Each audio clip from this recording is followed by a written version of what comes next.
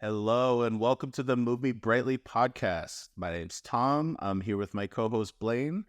Hi, Blaine. Hello. Together we have over 32 years of combined experience in the creative industry, and it hasn't been easy.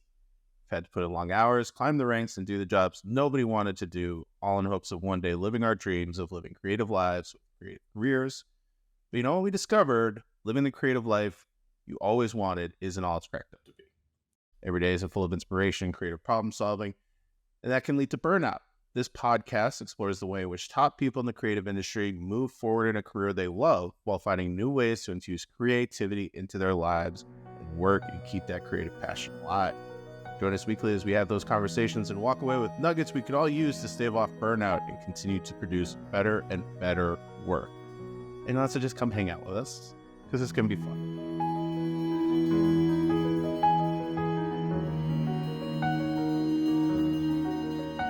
Hello, Pax. Welcome to the Move Me Brightly podcast. How are you? Great, Blaine. How are you, sister? I'm good. I'm glad to see you. See you. Always good to see you. I haven't seen you in a bit.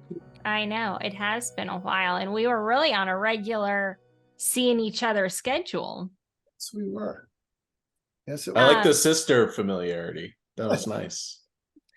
Do you want to tell him why you call me that? No, why do I call you that? You said it was for the song Sister Golden Hair. No, that's so that's the number one song on my play. It's the first song on my playlist that comes on in the morning when I trade.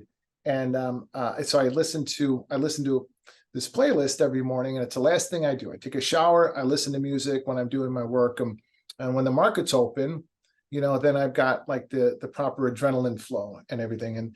And Blaine and I were getting ready to have a conversation on this podcast network that we were doing in the financial world, and that song came on, and I thought, oh, how appropriate! Isn't that great? That song "Sister Golden Hair" by America, and it came on, and I immediately called her and I said, oh, here's your song, and I played it for her, and that's it. That's exactly right. So I'm curious about the playlist because I have a playlist that is kind of like my default if I'm too lazy to browse an album or an artist, but I want to listen to something. I have a playlist that is ever growing, but it's a lot of familiar hits on there, obviously, that get played when I just throw it on shuffle. So is this a playlist that you start your day with? Is it the same playlist that you end your day with post shower? And is it the same playlist that you're listening to during your workday? So I've got 5 kids, so I've got playlists in each one of their names. And my 2 youngest kids are I've got 3 daughters. Oldest is a daughter, 2 middle boys, and then 2 younger daughters. And I've got different playlists for each one of the kids.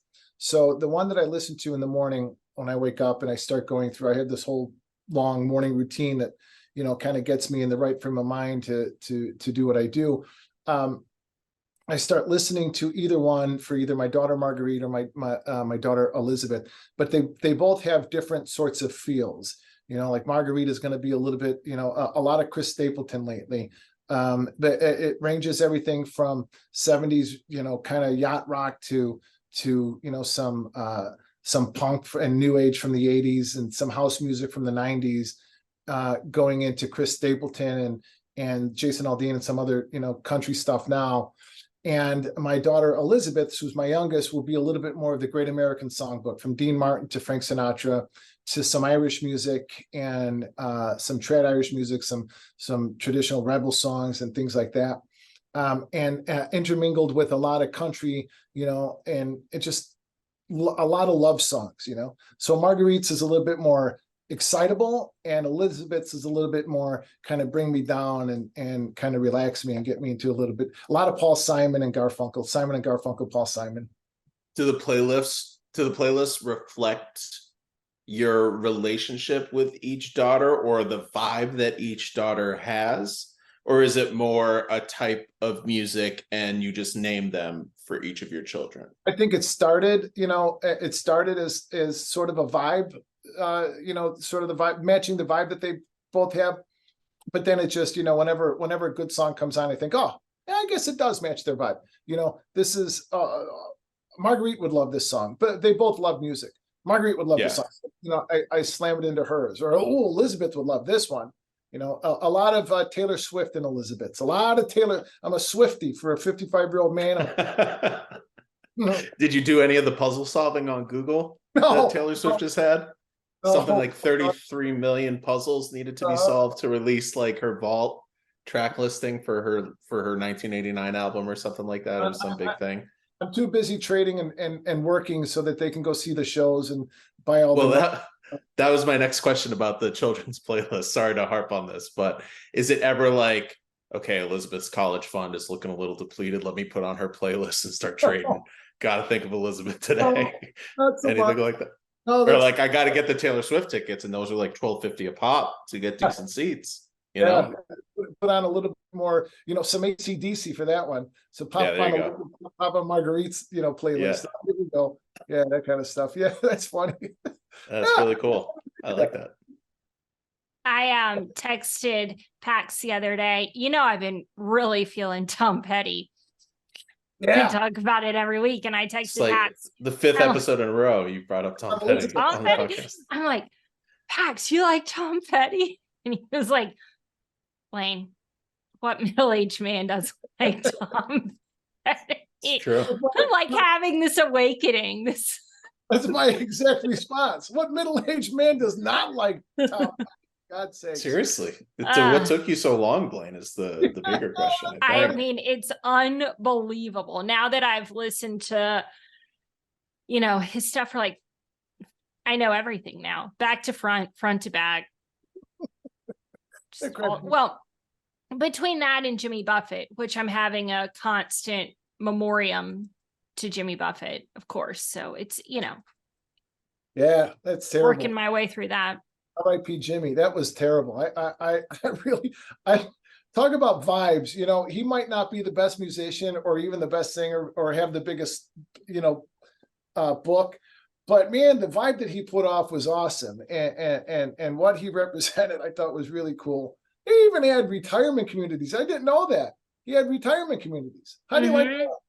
Mm-hmm. Master businessman, Jimmy Buffett. Yeah, billionaire. He had his finger in a lot of pies. A billionaire and burgers. Yeah. There's a Margaritaville restaurant right down the street from me at Universal City Walk, where Universal Studios is in Los Angeles. You live right next to Universal? Like 10 minutes. How often are you visiting Harry Potter World? Is it not enough? Not enough? I go there every year for Halloween Horror Nights. So I'll be going in October. And Harry Potter World will be open while I'm there. But beyond Horror Nights, I think I've gone there like 3 or 4 times. Okay. In the 10 years I've been here. How often when you're there do people mistake you for Hagrid? Oh, that's so rude. I don't think that is rude. I think Hagrid's a sex symbol. Hagrid's a sex symbol. I've been seeing. It's so funny that you say that, because I've been seeing these Instagram content creators lately, and they're doing this thing where they rank 1 through 10 Harry Potter characters on a scale of like, how badly do you want them, 1 to 10. But the thing is, you don't know which characters are coming next. So it's kind of a blind ranking. Like, you're hoping if it's someone you have a huge crush on, but it's not your number 1, you throw them at 2, hoping you get that number 1 coming later. And to a fault, every girl I see when Hagrid pops up, every single one is like, oh, I love Hagrid, but I don't like love Hagrid. You know what I'm saying? Like, to a fault. And that's kind of my relationship with most women. So I take that as a very accurate compliment, you know? Women love to hang out with me. And you're a great hang. You're a great hang. I'm a good hang. A good hang. I'm a good listener. Ultimately, I'm a good shoulder to cry on. Ultimately, that's what love is. That's what love is built on. Exactly. Friends first. Absolutely. That's my motto. That's my motto. I think that's how every relationship I've ever had has been. Is friends first. Not to get too much into hang. Yeah. And then they realize, like, why am I going off to some D-bag? Yeah, this guy's cool. Yeah, he's not much to look at, but I'm safe. Oh my God! Holy cow! Holy shit. Which I think is Hagrid's that's his vibe. Yeah. Well, and He's he the got he's the that confidant. he got that really hot German babe. So Yeah. clearly, Or who is the game of Hodor from Game of Thrones? I'm not a Game of Thrones Yeah, aficionado. Yeah, me either. No, okay, I'm speaking to the wrong crowd here, but Hodor was just this big giant dude who only said the word Hodor, which was his name, and he was just like a protector for a couple people, like younger people. He would just walk around and be like Hodor, and just they felt comfortable around him. I'm a Hodor. Another Yeah. lovable, protective man. Exactly. Or the big guy Lenny from Mice and Men. Oh, that's the vibe. That's the vibe I'm going for. Yeah, that's funny. that's the That's a vibe. great character. This show is gonna wrap with Blaine taking me out back and shooting me, giving me a mercy kill. That'll be our final episode. Oh God, never. No, of course. Never. Well, hard transition, but we're gonna make it. So, Pax, would you ever say that you're the best NASDAQ trader who ever lived? No,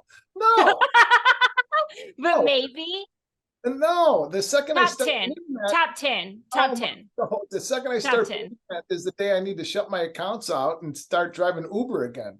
Or that's the day I just talked about this today. The day I start believing that or saying that is the day that I'm on my way to driving Uber again. No, man, there's the best traders I know and the best traders I've ever known are all live below their means. They all, they all protect the people around them, and they look to protect themselves at every turn and to continue to create real wealth. There's a difference between being wealthy and rich. When I was one of the biggest NASDAQ traders in the world, I was rich. I wasn't wealthy. And so when the storms come, and the storms come in everybody's life, and when the storms came in mine, my foundation cracked, and everything imploded upon it because I was too busy thinking about riches and not wealth. And in the second phase of my career in the last 10 years, I've achieved real wealth. I've achieved real independence, and What do you mean by that? The difference between being rich and being wealthy? Well, I grew up on the south side of Chicago and without much, my parents were just kind of lower middle class people, and my father kind of hustled. He wasn't, when people ask me what my dad did, he sold insurance, he sold dirt, he sold whatever, he literally sold dirt. He sold whatever he could, and he hustled. He played as much golf. He made as much money that he needed to so he can play as much golf and drink as much as he wanted to and still give us a decent life. So I didn't know what I wanted to do or how I wanted to do it. I didn't really have any clear vision for my life. So I had gone down to the Chicago Mercantile Exchange as a runner, and I was immediately hit with, this the adrenaline and of everything that was in the atmosphere of the trading floor. And so I worked my way up, and I didn't know how to. Nobody in my family had money. Nobody in my family ever had money. We were the first generation of my family to go to college. I didn't go to college, I went to work, but the ability to accumulate money was what I thought wealth was, and it wasn't. I was in the right place at the right time with the modicum of talent. And so I made, in the NASDAQ pit, I made a lot of money quickly. I made life-changing generational money by the time I was 33, 34 years old. And I was going to retire. I had enough money to when I was 35. Instead, my ex-wife decided she was going to divorce me. And then, bad business decisions. And, I didn't know how to handle the money. And so I gave it away. I lent it out. I backed more traders than I can imagine. Just all kinds of bad decisions. I didn't know how to maintain it. And I didn't know how to grow it when the storms in life came. I bought cars. I bought houses. I went to Saint-Tropez every year with bodyguards. We did all kinds of really cool stuff, but none of it personally enriching, none of it creative for those around me, none of it meant to enrich my life and enrich those that I love and that love me. So I see people now, and it's going to be, younger people who make some money, and they go off and they buy or more likely lease a Ferrari for $2,500 a month. I don't understand that. I had a conversation with a bunch of guys in my club, in the sauna, in one of my clubs that I belong to a couple weeks ago, and there were a lot of wealthy guys, and we're all sitting in the sauna talking about. They were talking about cars. I sat down and somebody just leased a new. I think it was actually a Ferrari. Another guy was talking about his Bentley truck, and I looked at him. I said, "Look, I can guarantee you guys that don't do that. Don't spend money on things that are not income producing. And well, what if we already are? Then buy a block of buildings. Don't. Well, what if we are? Well, then buy another block.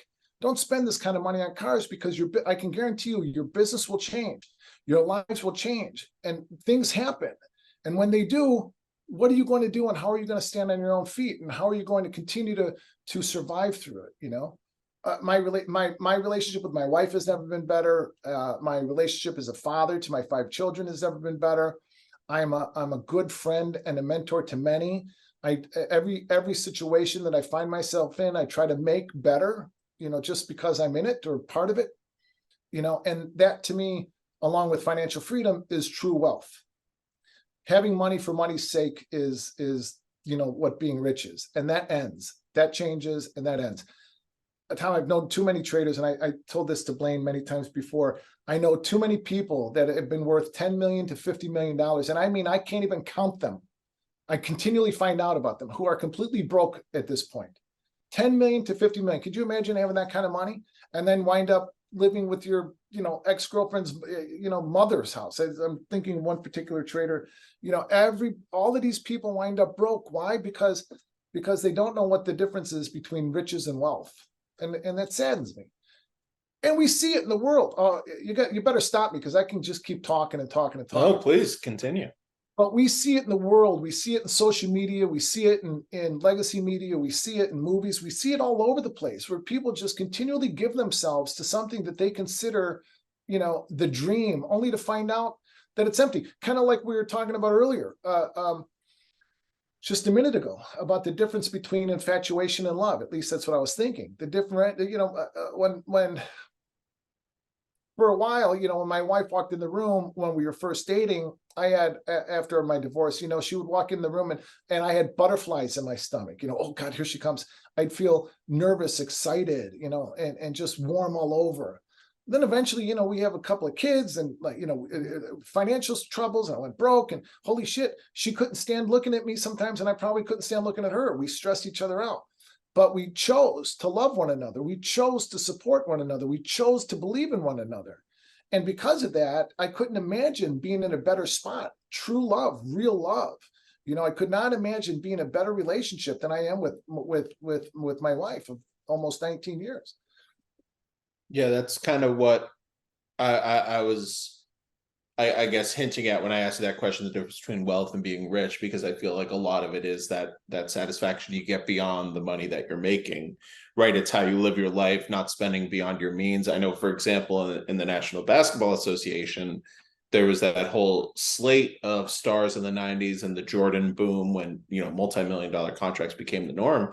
And so many players were going broke because they were buying 3 houses, they were buying sports cars, to the point where I think every team now has a money manager on staff to talk to these young kids that are coming in, signing multi-million-dollar contracts, to meet with them and say, like, this is what you should be doing with your money. I was that guy. I had a mansion in Chicago. I had a house, and I had a beautiful home in Lake Geneva, Wisconsin, which is the kind of the Hamptons of Chicago. And I had a beautiful condominium in Scottsdale, Arizona. I was 31 years old. Just like these NBA guys. And I grew up very similar to them. It was a tough upbringing and just very similar experiences. And the older guys in front of me that would tell me, save your money. Don't go buy another. Do you need another Mercedes? That kind of stuff. Do you need to fly on a private jet when you can fly first class? These guys that would tell me that kind of stuff. The money will never stop. I'm the best NASDAQ trader in the world. It'll keep coming. Well, eventually the business changed. It went computerized and it stopped coming. And I didn't adjust to it. And everything fell apart. So you mentioned that you kind of have a second career after this initial maybe crash and burn or whatever you would want to call it, right? You Could kind of have you this. actually, Pax, would you tell the story of like the day that you lost all your money and then going on to drive Uber? Do you mind just because I mean, I know the story, but not No, I do not. this so audience doesn't. in so it happened in like 2011 and 12, but going back after I got divorced in 03, and how that goes.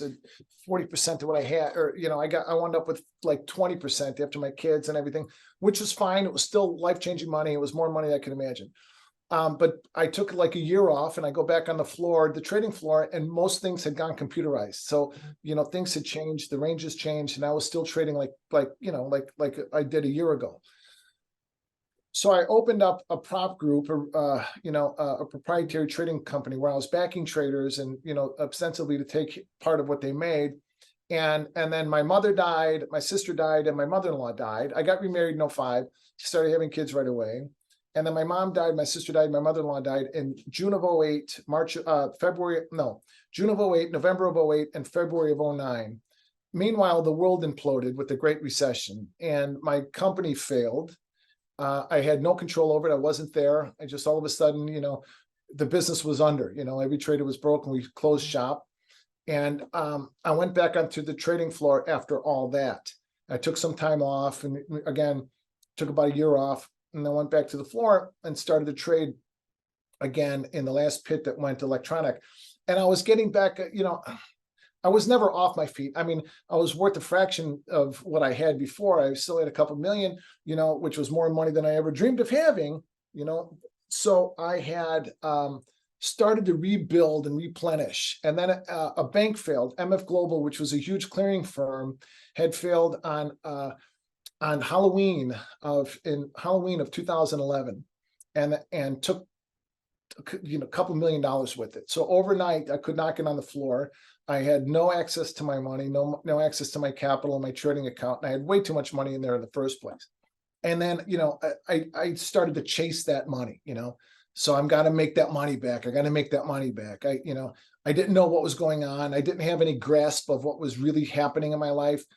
Everything that happened in 08 and 09 with everybody's dying, my mom, my sister, the 3 women I was closest to besides my wife and my daughters, everybody dying, and I didn't deal with all of that really well. I didn't have any it just all happened, and I pushed it off. All came crashing down on me, and I chasing that money, I completely blew me and my family out of the water financially. I would say about 8 months after that, this is in the, like going into summer of 2012, 2013, I started to really kind of grapple with and wrestle with what I'm going to do with life. Do I go back to law school and, do I go to school and become a lawyer? By this time I had already got my college degree, and, do I go to law school and become an attorney? Do I go back to grad school and become a therapist? I had spent 3.5 years studying to be a Catholic priest in the 90s. So do I go back and, I wanted to change the world as a priest. I'm married, divorced, married with 5 kids. So I'm not going to be a priest. So what can I do? I thought those were 2 things that were natural extensions of my intellect and also of making the world a better place.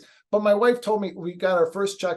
I eventually got most of the money back from MF Global, and I got my first check back in 13. And, what do we do? What do we do? Well, you were the best trader in the NASDAQ pit, according to her. What does she know? And I believe in you, and that was enough. I had no confidence. I didn't believe in myself. I just destroyed us financially, but she believed in me, and because she believed in me, that was enough for me to be able to start to rebuild again. So I took a small amount of money and put it into a trading account, and I sat at this crappy fall apart desk. I'll never get rid of it. This desk will literally implode with my computer screens on it. I sat down at this desk that my nephew used to do his homework in with a laptop, and I started to trade one contract at a time, and I started to try to figure out what worked for me on the floor and how do I apply it to the screens. And I put that together, and I started my own trading methodology, my own process, which I share with other traders now. And I started to rebuild our lives financially. one trade at a time, one brick at a time, one day at a time, one trade at a time. And it started to work, you know. I'll never make that kind of money that quickly, but I'm very profitable and I'm consistent in it. And I'm present to my kids. I work out. I'm 55 years old. I work out every day. I play golf a lot. You know, my brothers think I'm retired, and I am constantly working. I trade maybe an hour and a half a day, but everything I do is meant to help me be more self-possessed, more self-confident, more self-assured, so that I can be more and more consistent in these markets. You know, these are not easy times to trade. This is a very precarious time for the world, and things seem to be holding on by a thread, right? You know, just the piece of people. Protecting my family financially, protecting them emotionally and spiritually, and then people that God brings into my life, that's true wealth to me, and that's what I'm trying to do. You know, Blaine reads. I've got a pretty decent sized following on Twitter, and you know, I don't go out there and tweet negative shit. I don't need to stir anything up. There's enough of that. I don't need to tweet anything political. There's enough of that. I don't need to tweet my opinions on the market. There's plenty of that too. I tweet positive things all the time, and it resonates with people. I tweet from my experience, and I talk about from my experience, and I'm honest about my experience, because people see themselves in me. They see themselves in my initial career on the, you know, my initial phase of my career on the trading floor, and the success that I had. They see it in the struggles that I've had in the transition from the floor to the computer screens, and they see themselves in my rebuilding and being successful again on the screens, you know, and I share freely of that. I want people to learn from me so that they don't have to repeat the mistakes that I've made. I appreciate you sharing that. I think, I mean, that's a great story, and I'm glad you rebounded the way you did. I also think it's important, like you said, to be willing and open to share stories like that, because I think especially in the careers that we've all chosen, failure and rejection is such a huge part of the business that we're all in, and it can be one of the most taboo subjects to talk about. I think, especially something of the level you're discussing. You know, I know there are so many people out there who have lived similar experiences as you, and it can be really hard for people to talk about those times in their life, even if they've recovered from them. And I think to talk about it the way you do, with a sense of assuredness and reality of what the situation was for you and what you were going through, especially emotionally during that time, but how not only that you dug your way out of that hole, but how you were able to, and with the love and support of your wife kind of being the catalyst for that, I think is truly wonderful. So thank you for sharing that with us. Thank you. You know, there's I haven't told the story in a bit, and there was one time we had nothing in our checking account. You know, this is like at the rock bottom. Oh, actually, it was the rock bottom. We had no money, absolutely no money. We lived in a beautiful home. I drove a Mercedes. My wife drove a brand new Suburban. And I had 2 kids from my first marriage and 3 from my second, from Jen. And we had no milk in the house. We had food. It was Saturday, no milk. I still smoked. I had like $15. I went and bought a pack of cigarettes in the morning. So, you know, and then I put a couple of dollars worth of gas in the car, and that's it. And Jen said to me, come on, go get a gallon of milk. We need some milk to get us through the weekend. And I didn't know how to tell her I bought a pack of cigarettes. You know, I don't have milk. So I told her eventually. She was so not mad, just sad, just so disappointed, you know, just so deflated. So we went and looked in the car seats for change, you know, and then we came up with like a buck and a half. And then we're digging through first we started in the couches, you know, we're digging through the couches and shit, looking for nickels, quarters, and dimes. And then we were looking through the cars and the car seats, you know, we were on either side in the back seat of the Mercedes, and she looked at me and I looked at her, and you know, and this look of like, you know, oh God, how have we got here? You know, was on her face. It just, I'll never forget that. So when people ask me, or they'll say about how strong I am, or you're so strong that you can make it back, I'm not. In fact, the exact opposite. My kids truly needed to eat. There's a great line in the movie Cinderella Man, a great line that James J. Braddock used when he was going to fight Max Baer. I don't know why this just came to me, but I don't know if you guys have never ever seen this movie, but it's great. And in the press conference, Max Baer was a killer, and James J. Braddock was a has-been at best contender who's coming to fight the killer, heavyweight champion. And they asked him, "Why are you doing this?" And he just getting emotional thinking about it. He said, "Milk. That's it, milk. I'm doing this for milk." That really hit me, and that stayed with me. Why did I rebuild? Milk. Fucking milk. Because my kids needed to eat, and they looked at me, with needs in their eyes. They needed clothes. I could do it before, I'll do it again. Yeah. So you mentioned, putting yourself back up and getting back up and running with trading, and that you kind of developed this new methodology for trading that you've since shared with other traders and built your business up almost from the ground up all over again. Would you say that your trading style is very different from what it was back when you were younger? Are you more maybe conservative? Do you move more slowly when you're looking at the market and trends? Are you taking fewer risks in general and going more for like a more gradual increase in your profit margin? Well, what's the difference, if any? Yes. When I was trading at my best on the trading floor, I traded a method. I traded a process, and so many of us failed leaving the trading floor to go to the computer screens because things are different, right? Sizing up, sizing down, increasing our size, decreasing our size, and deciding when not to trade is absolutely the most important aspect of trading. So on the floor, it was easy. I was a big trader. It was easy for me to know when to size up when there was, corresponding customer orders in the pit. If Goldman Sachs was filling 500 lots, well, I'll go ahead and trade 100 lots because I know I can get out. On the screens, that was very, very difficult to replicate. I did not know how to increase my size, decrease my size, and when not to trade. So when I sat down with just 5,000 in my account to trade 1 lots and 2 lots, and my only goal was to be positive at the end of the day, I didn't care if it was $50 or $500 or $5,000. I knew that if it was $50, it would be 5,000. I knew if it was 5,000, it would be 50, and it has been those things. So I just wanted to be green, period. That's it. Green is, up money at the end of the day. And then I sat down and I thought, what works? What worked for me on the floor? And how can I apply that to the screens? The algorithms that run the markets now. On the floor, I was a big trader and a market maker. I was part of the ones that moved the market. I can move the NASDAQ by myself.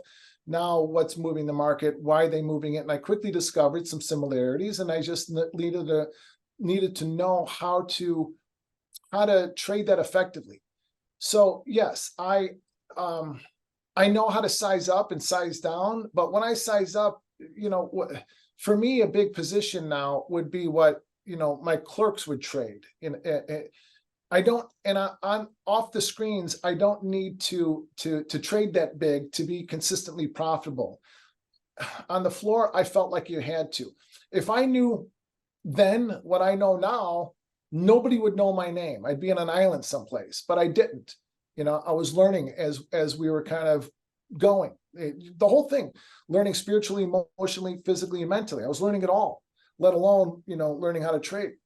So yeah, I've become much less aggressive, much more, I don't know if I'd say conservative, that word has ugly connotations nowadays, but I've become much more conservative and much slower in what I'm trying to accomplish. Yes, I have. I don't lose money. I spend money. I don't lose money. And that's a major difference. I mean, I lose money like everybody else, but I don't say that. I'm not a loser. I don't lose money. I spend money to make money like any other business. Traders will say, I lost $1,000 today. I don't lose money. I spent 1,000. It's a mindset shift. It's a change in my mindset. Little inside knowledge about Pax is he has these like Paxisms that he says over and over and over, like know when to go big, small, or not at all. There's a whole lexicon of like Pax language that people who learn from Pax say, and it's very interesting to me now, we've known each other just over a year, how much I can hear you in my own head. Like, it's not my voice, it's your voice, but like just throughout regular life stuff, like I don't even know if you said this or I just attribute it to you, but every single day now, if I'm looking at the screen, if I'm in a trade, over and over in my head, I say anything can happen at the market at any time, just over and over. And it has taken away my need to be right in a trade, and I wonder how many people you have said something that they have then taken to in their own mind and then made it be something to them. Like it's incredible how I can just hear you in my mind and I'm like, it's going to work out or it's not. Like it's, And but what a mark. Yeah, thank you for that. Yeah, and I hope that voice that you hear in your head is somewhat soothing and not yelling at you. I know Little that column A, column B. I know that Combo of some fist banging on the table on the desk. Yeah. I know you and I are similar that way. We don't need anybody else's voices in our minds yelling at us. We're already doing a good enough job at our own selves. So I and thank you for that. I do take my I do take the way that I speak to myself seriously and the things that I say, and I'm mindful of it. And to take that a step further, I'm also mindful of the voice that I have through social media and the voice that I have in other people's lives. And I'm mindful of that. So I want my message to myself to be positive. And so I want my message to you to be positive. And I want your message to yourself to be positive and to be a reflection of all of that. So thank you for sharing that, Wayne. Well, I mean, thank you for everything, Pax. Let me ask you, as somebody, Pax, who is, been in this world for a long time, are you much of a gambler? No. In general, you're not. Well, no poker, no blackjack, no casinos. I've never bet a football game in my life. I've known a lot of bookies. I've known 1,000 bookies. I've known the biggest bookie in Chicago. I went to, so I don't want to talk about that publicly, but I've never bet with them. I've never bet with a bookie in my life. I've never bet a football game, baseball game, basketball game. Blaine and I were in Vegas together in April. I was in bed at 9:30 every night. I couldn't stand gambling. I tried to shoot craps with these guys. It was no fun. You hung in with us a little bit with you guys. And then, right. And then you just Irish goodbye. We're like, that's the way to do it. That's the way to do anything. The table, and Pax just slips away. You don't need to announce that you're leaving. If you're gone anyway. Who cares? No, he looks over at me and he's like, Blaine, I need $100. And I was like, here you go. And then he just slips away. And I was like, good for you. Yeah. For you. So, Pax, what would you say to a person who would say that trading stocks, working on Wall Street, is similar to gambling at a casino? I don't trade stocks. I trade futures, which I think people would equate more towards gambling than trading stocks. And my response to them is, I've had this debate on Twitter. My response to them is trading has got no similarities to gambling, not proper trading. Trading is a business. What I do every day is no different than what a restaurant owner does, or anybody else that's in business for themselves. I've got to spend money every day to make it, and I've got to take calculated risks every day in order to make money. So like I said, I don't lose money. I spend it. I've got a certain amount of money that I'm willing to spend every day. And I've got, I don't have money goals in mind, but I have, a plan that I'm going to execute. Sometimes I execute it really well. I've traded very well this week. Sometimes I don't. And when I don't, I shut it down quickly. I leave, I go work out, I go, I go do something with my family. I go do something other than sitting in front of the screens trading.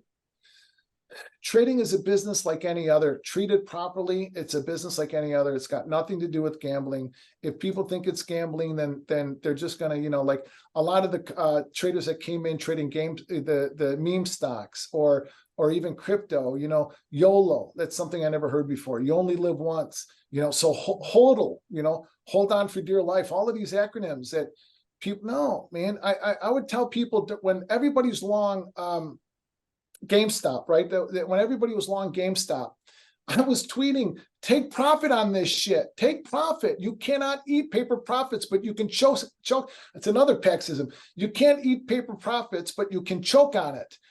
Please take profit. And people are going, oh, hodl. I mean, I would get that response, hodl, YOLO. And we know how that ended up. You know, take profit along the way. You saying hodl? It's like I the just- band cleaner.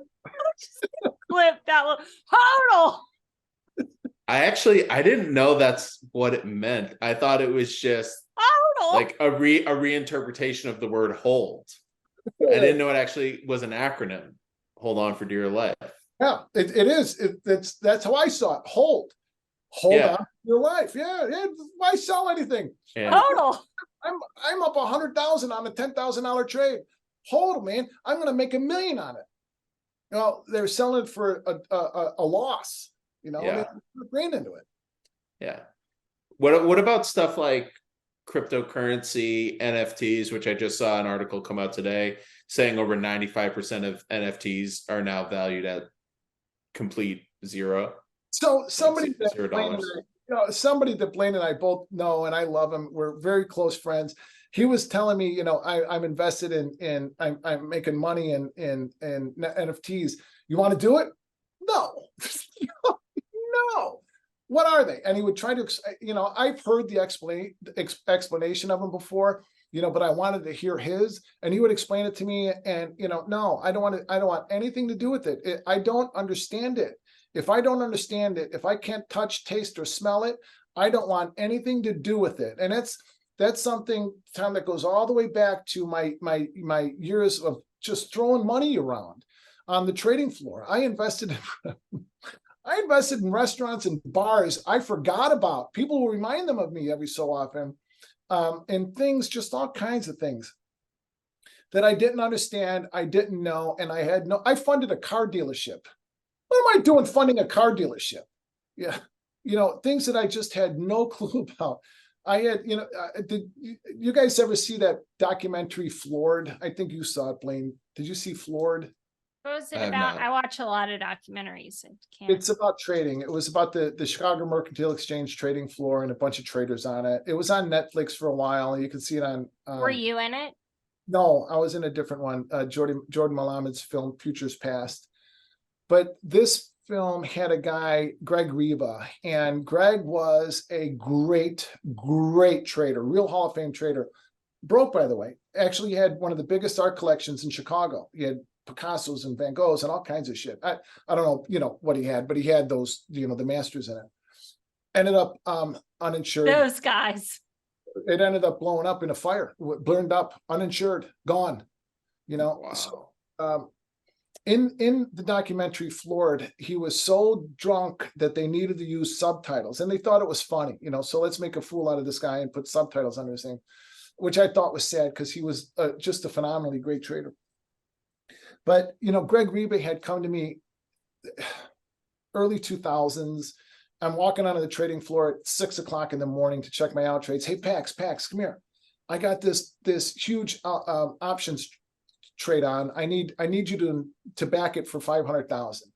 Indemnify it for 500K. By the end of the day, it'll be worth 2 million. We'll whack it up. Greg, I don't trade options, buddy. I'm sorry. I don't. I'm telling you, Pax, it'll be, and I knew he was a great trader. I'm telling you, it'll be worth $1.5 million, $2 million by the end of the day. They're going to make me puke it if somebody doesn't back it. I can't, buddy. So I just walked onto the floor. I came back and a woman in my pit, the only woman trader in my pit, ended up doing it. They ended up at the end of the day closing out the position for a $2.5 million gain. And I mean, he couldn't wait to see me in the Merc Club. He was drinking his Chardonnay, and he always drank Chardonnay. I don't know how he got so drunk on Chardonnay, but he was loaded. I told you, you big jagoff, $2.5 million, you big asshole.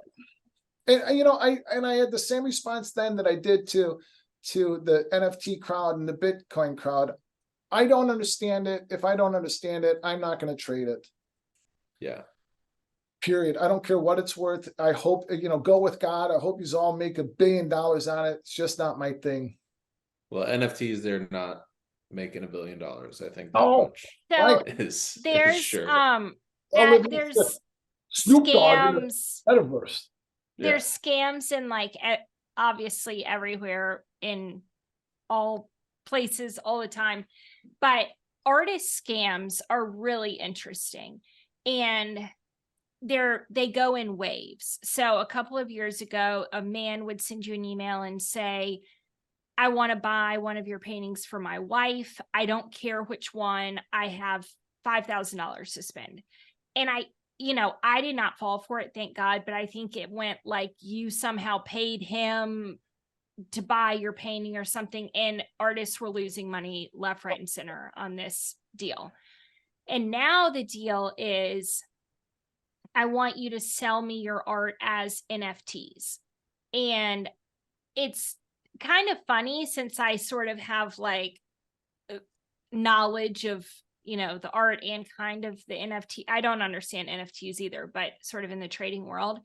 And when they first came out, I was like, this could be great for me. And it took me about 2 weeks to be like, this is not great. This is like, I'm going to stick with my art, and that's all.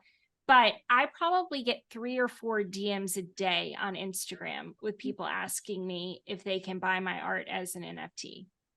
And That's I just still- like block crazy. them. Yeah. One of the things that's crazy, I don't know if this, where you're going with it, but there was, the Fed had created so much money since 2009. With the printing, the whole thing, quantitative easing and the printing press is, they created so much money that capital always needs to find a home. It's got to be parked someplace. That real assets became scarce. Look at the inflation we've got. Everything is.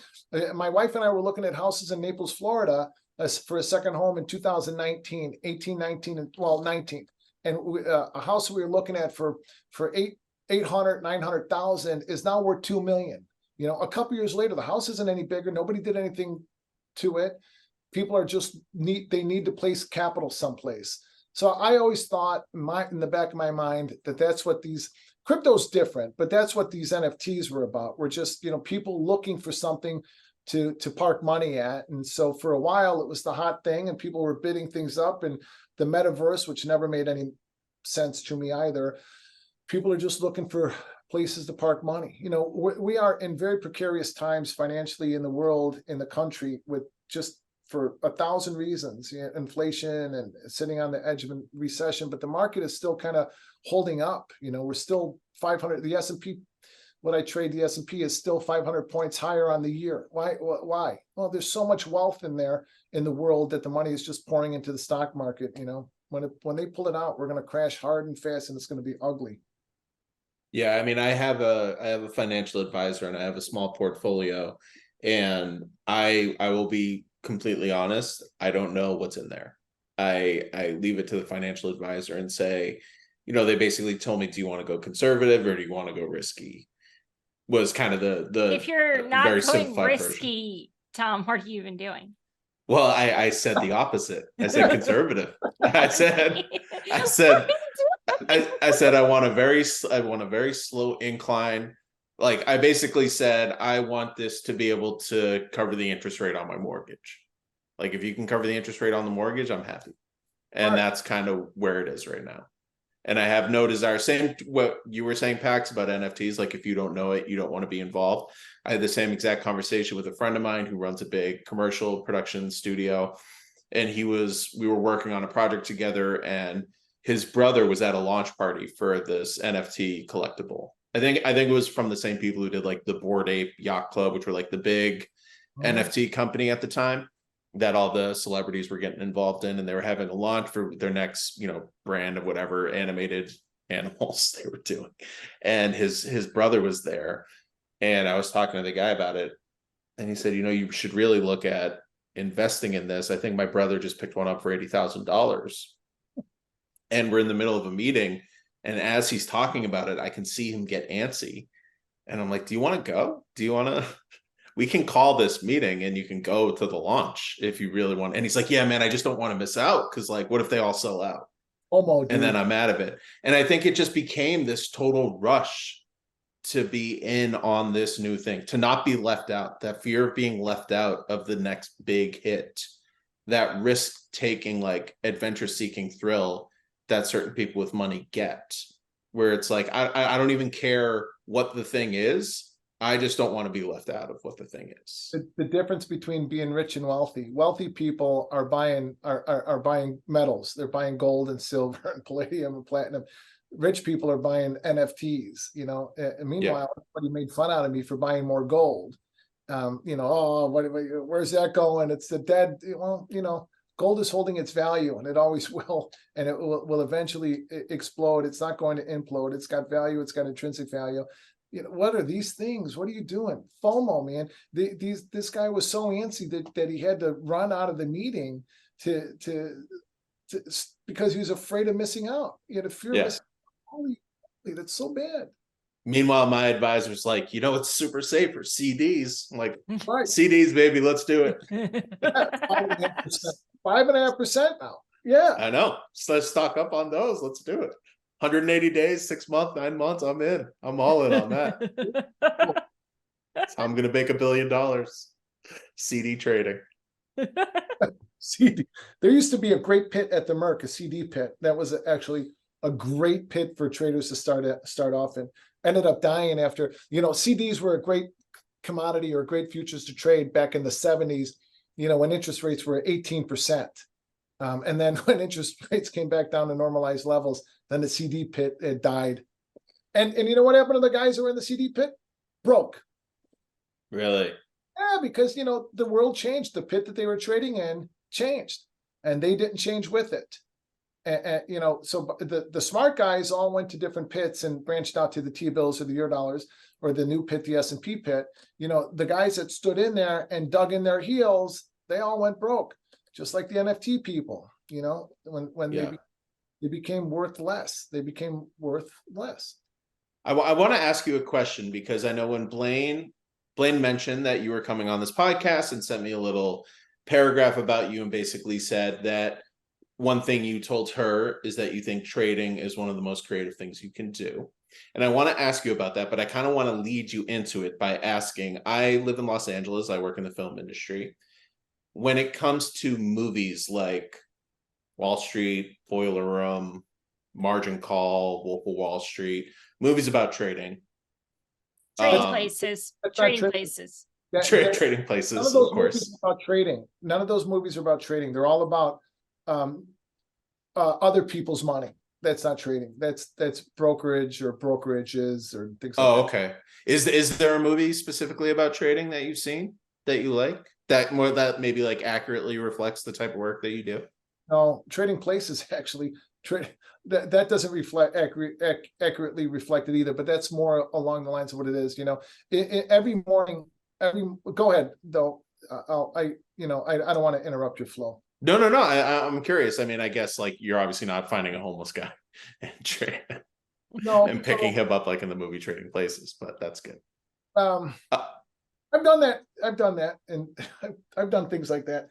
But you know, so every morning I've got X amount of money in my trading account, and you know, it doesn't matter if you're Paul Tudor Jones or me or Blaine or one of the guys that had worked for me around, you know, whatever.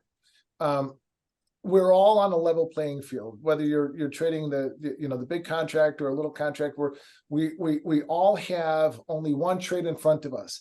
Every morning I start with a blank slate, or a blank, you know, in Blaine's case, a blank canvas. Every day I stand in front of this blank, you know, what's the proper word? Is it blank canvas? Yeah, that works. A blank canvas, and it's my job to put something on that canvas at the end of the day, to be able to tell my story and to be able to tell it either positively or negatively. And by negative, I just don't mean if I spend more money than what I make. I mean, I can spend money, you know, in a week or 2 weeks, and still it's a positive story, because I get paid. The market pays me in multiple ways. I get paid financially. I can get paid intellectually. I can get paid in information. So anyway, every morning I come before the screens and I've got a completely blank slate, and it's up to me. I eat what I kill. It's up to me to tell my story. Am I going to be profitable or am I not? Am I going to control my expenses or am I going to let them get out of control? Am I going to adhere to my methodology, my process, or am I going to think that I know better, and am I going to start to color outside the lines? It's up to me to tell that story. So the wealth that I create is, I pull out of the market. There's every price change that you see, every time you see these prices move, it's another money-making opportunity. Every time a price changes, it represents capital flow. So is that a price change that I want to take advantage of? Does it fit my methodology? Does it fit my personality? Does it fit my knowledge base, or not? And I got to make that decision. And at the end of the day, the result is the result. Sometimes it's a beautiful painting. There's a great line in Donnie Brasco. Talk about movies. And did you guys see Donnie Brasco? It's a great. Oh yeah, of course, yeah. Blaine, no. Oh, Blaine, go watch Donnie Brasco tonight. Movie. Holy smokes, it's a great movie. Yeah, it is. There's it's really a lot of good movies that I haven't seen. And like if it's a rom-com. Oh yeah, you're the rom-com queen, aren't you? Yeah. You've Got Mail 25 times. Yeah. Donnie Brasco 0. Yeah. Yeah. Okay. Jerry Maguire 1,000,000 times, absolutely. But I mean, me too on Jerry Maguire. Oh, me too. And It's classic. It's classic. I love rom-coms too.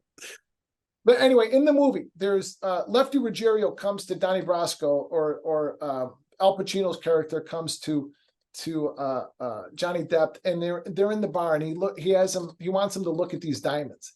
Diamonds are fake. They're fugazi. He said, no, these are a beautiful thing. He said, yeah, they're beautiful. You want to see a beautiful thing? Donnie Brasco says to him, you want to see a beautiful thing? Here's a beautiful thing.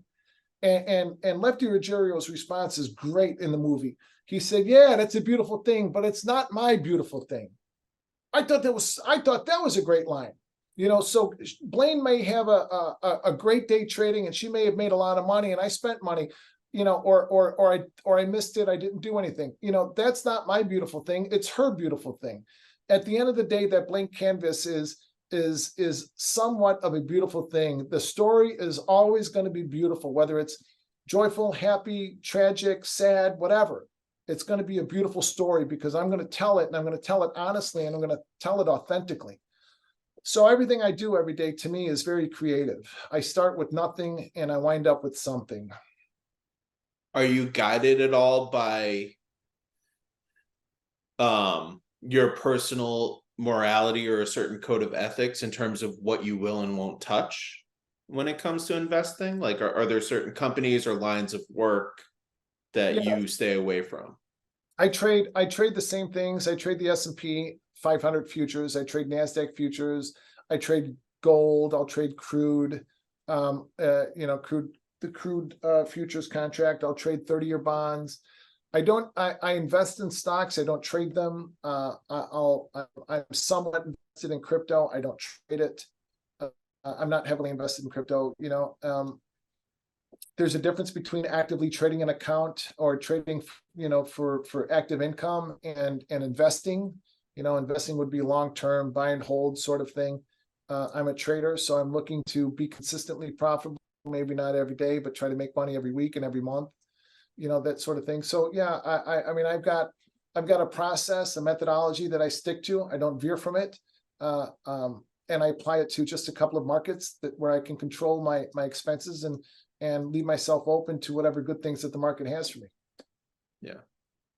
That sounds similar to something Blaine and I talked about earlier on in this podcast, which is, for me, as someone who was starting out as a writer, and I was trying to write all of these movies that I thought would be good for other people, and you eventually hone in on the thing that you like or the thing that you trust, what you're actually interested in doing, and you just focus on becoming really good at that, right, as opposed to trying to become a master of all of it. You're like, this is my niche because this is what I'm interested in, and this is what I'm good at because this is what I just genuinely like to take my time learning about. Right. And so I'll steer in that direction, and it'll serve me well. There's a Right. quote about that I love that I can't put my finger on, but like, don't fear the man that does everything okay or something. Fear the man that does one thing like the best. Yeah, the Bruce Lee, I know what you mean, that Bruce Lee line, they Yeah. Bruce Lee. I don't fear the man with 1,000 kicks, or I don't, I'm butchering it too, but he doesn't fear the man that can do 1,000 kicks. He fears the man that can do one kick perfectly. And again, paraphrasing and misrepresenting the quote, but it's along those lines. Yeah. It is, I fear not the man who has practiced 10,000 kicks once, but I fear the man who has practiced one kick 10,000 times. Why didn't you stop me before I butchered it? That was perfect. Exactly it. Just Google. I can only type so fast, Pax. I'm Yeah. sorry.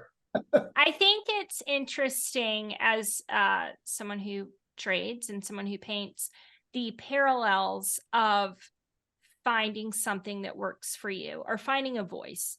We talk about that so much creatively, like how important that is. And you can't borrow someone else's voice. You have to do the work and follow the process to find your voice for it to be authentically yours.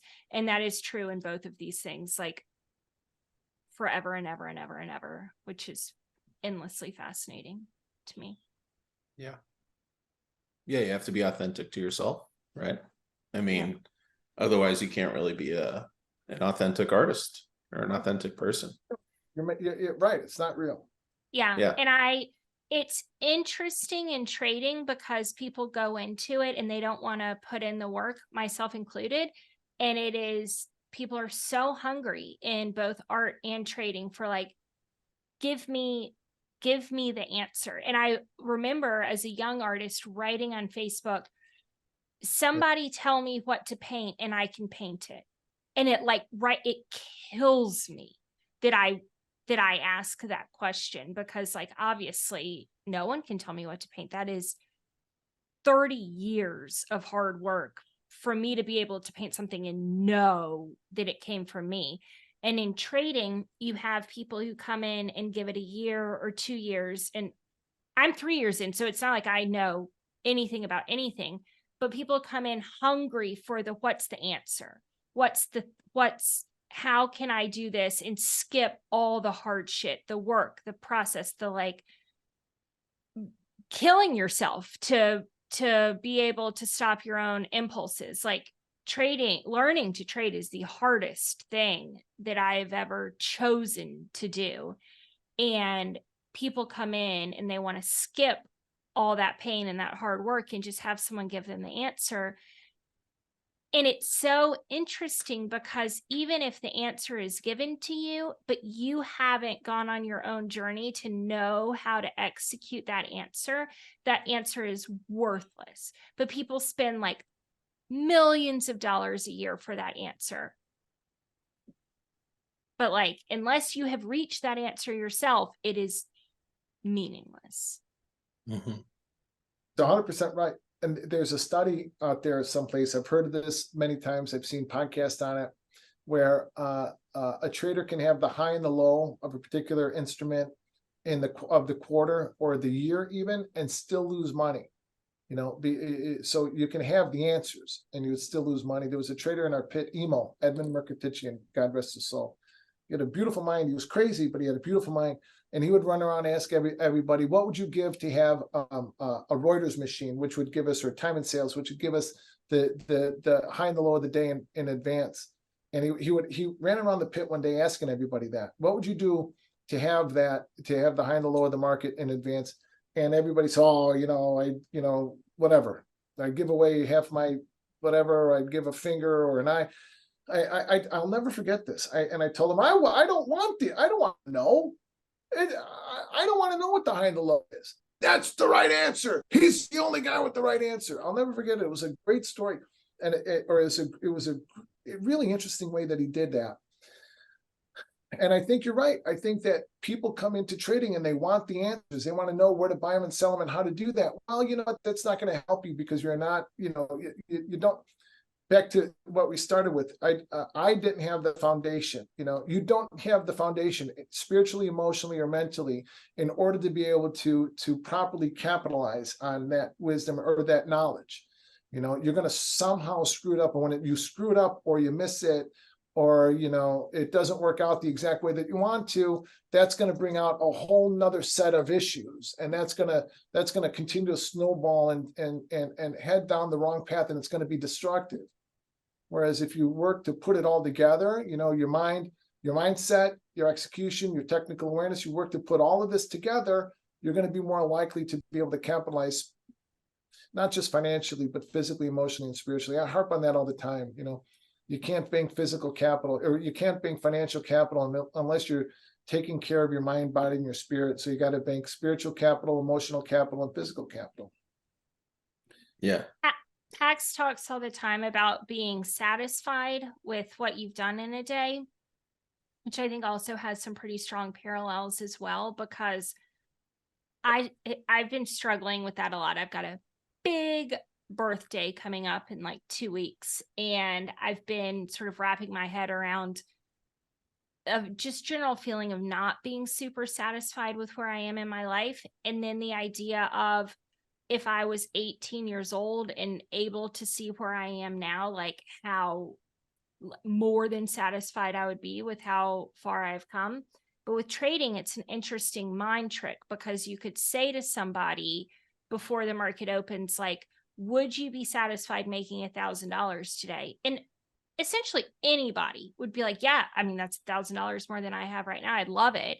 And then when it gets to like, there's your $1,000, are you going to take it or not take it? Like 9.5 times out of 10, the human mind is like, but I think I could have gotten a little more. And it leaves you feeling unsatisfied in the same sort of way of when you're right where you are in life. There's a feeling of like, I could have done a little bit more.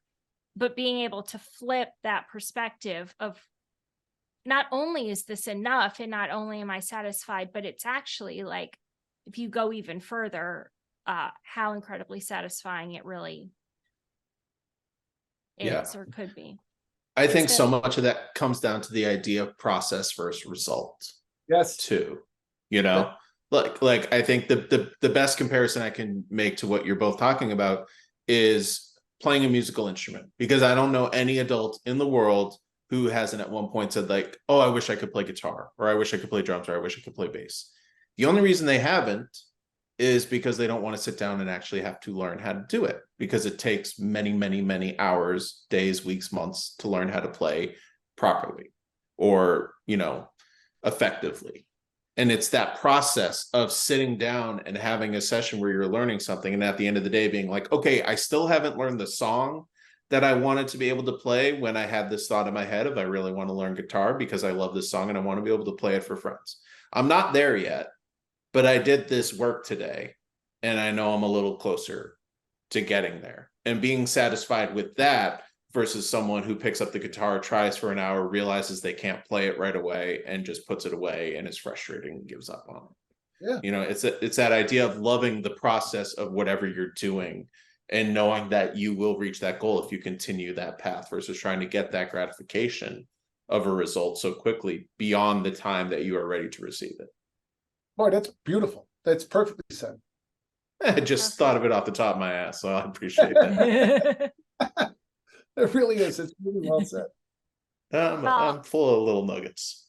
Pax, we are coming to the end of our time, and first of all, I have just enjoyed the time. It's been great to see you. Great to see you too. It's great to reconnect too. Absolutely. And I'm so grateful for your friendship, and that you came on my creative podcast. I mean, thanks for giving us a chance. Thanks for asking me, Blaine. I mean, really, it's been fun, and Tom, it's great to have gotten to know you a little bit over the course of the last hour. It's been fun. I had a good time. Likewise, yeah. And thank you for opening me up to a whole world I don't really know anything about. This was very enlightening. Hey, I'd like to hear more about how about the movie business and all of that. So hopefully we can maybe reconnect again sometime. You just paint some blood on an actress's face, throw a camera in there, and start rolling. You're good to go. That's all you need to do. It's that easy. It's that easy. We'd all do it. Yeah, that's true. That's true. Thank you so much, Pax. Really appreciate it, man. Thank you, guys. Thank you.